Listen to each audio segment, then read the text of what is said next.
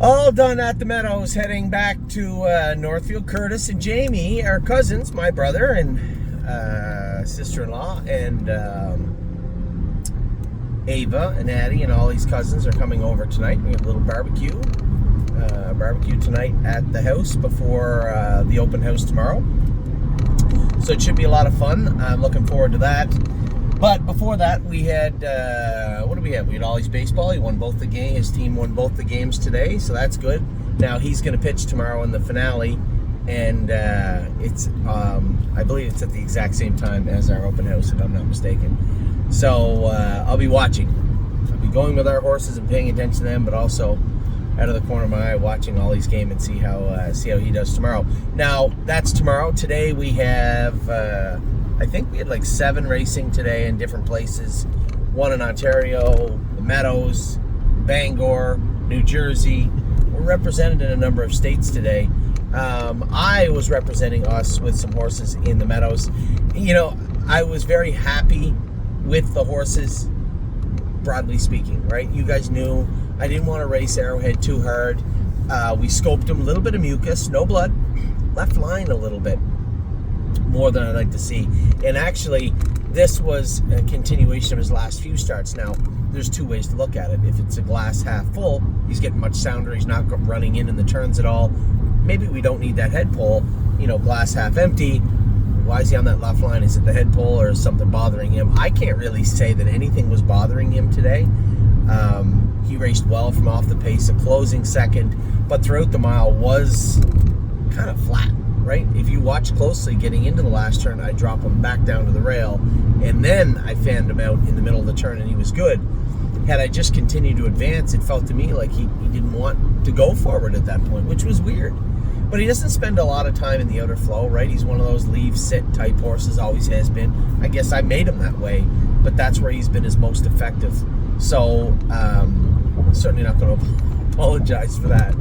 But today, he did try 54, 28-2 in the end of it, been off 13 days. I think moving forward, Tim's right. If you remember a video or 2 ago, I talked about the shoes in Arrowhead, Hanover, and how Tim had mentioned about maybe putting some borium on them. I didn't want to do that before the Poconos because it's not a real track that you need a lot of grab on. But when we're coming back to the Meadows, was he slipping a little bit today? Maybe. It's possible. I think we'll put a little borium on his toes up front, remove that head pull, and he'll be fine. Didn't get used hard today, and obviously under exam, a little bit of mucus, but nothing really too serious or too anything to get too worked up about. Now, Patrick Lebrun raced good. I thought I was 4th. I'm listening to the rundown. I'm like, man, I thought I was 4th. He had to have paced 50-3, 50-4. Still racing well. I mean, coming off the heels of that astronomical mile in the open of birthday of 47-4, 50 apiece is a bit of a pittance, but you know, Patrick just continues to go out and race pretty well. He's always been that type of horse where if he gets stretched and stretched and stretched at any time, on any track, it always takes off the end of his mile, for sure.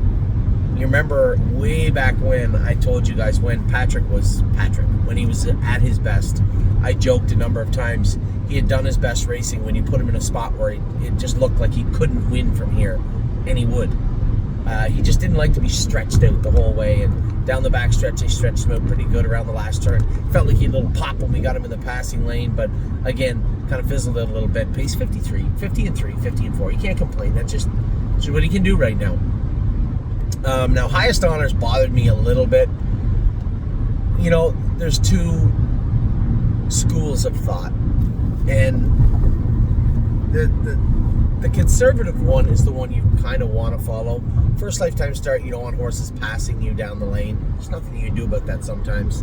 But when it came to highest honors, what I made the decision, it looked to me, so here's the thing, there was 3, maybe 4 horses in there that were ready to go good mile. Ours was one, Mike Wilder's was one, I think Ronnie's horse, if I'm not mistaken, was one, the 6 horse, whoever that was, got away in behind me, and I could tell how it was shaping up. One of a few things could happen.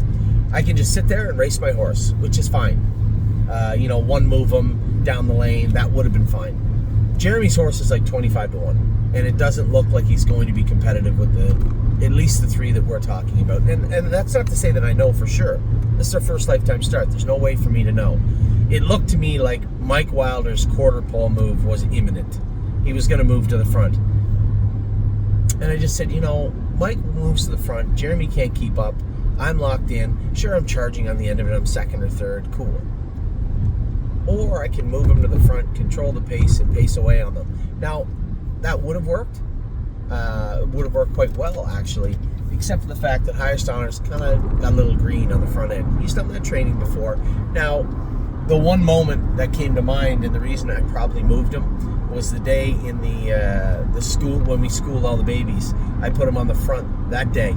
Backed up, and sprinted on the end of it, and actually, Perfect Thought couldn't catch me down the lane. And that was really, I think, as I went through my memories of Highest Honors, how he felt, how the race was shaping up, that was the one moment that jumped out at me. Now, of course, if I just slow it down more and take a deep breath and a step back, I realize none of this is important. This is his first lifetime start. Much like I did with Diosa de la Danza the other day. But Highest Honors, the only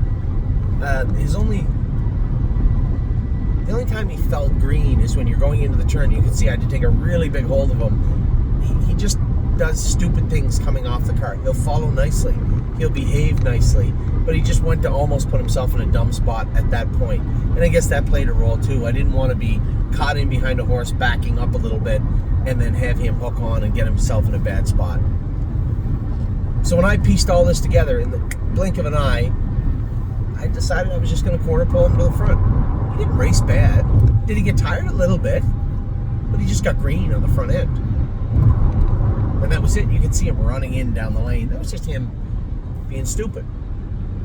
We scoped him after. He was perfectly clean. No blood, no mucus, which is both very, very good signs. And next week, don't put him on the front. And we can do that with him. He is versatile. You just have to contain him that first 16th of a mile.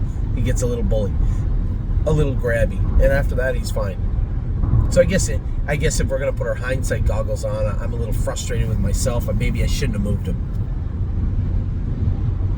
But he did race pretty good, and he did get picked off by a pretty decent-looking colt. And good for Norm. That was a homebred. It was by his own sire, right?